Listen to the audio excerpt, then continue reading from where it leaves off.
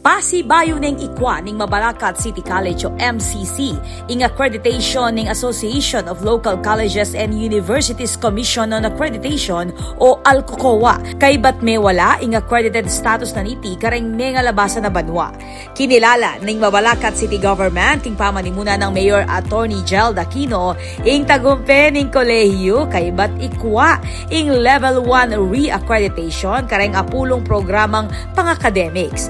Kabilang karang programang may accredit in Bachelor of Science in Information Technology, Bachelor of Science in Biology, candidate status, Bachelor of Science in Custom Administration, Bachelor of Secondary Education, majors in English, Mathematics, Science at Filipino, Bachelor of Elementary Education, major in General Education, Bachelor of Science in Tourism Management at Bachelor of Science in Hospitality Management.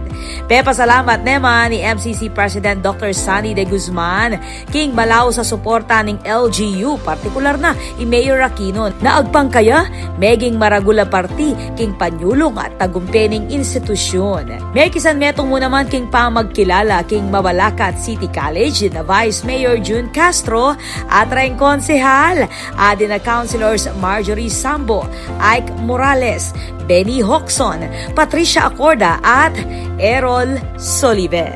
Ako po, Patricia Mamangon para king News Force Pampanga.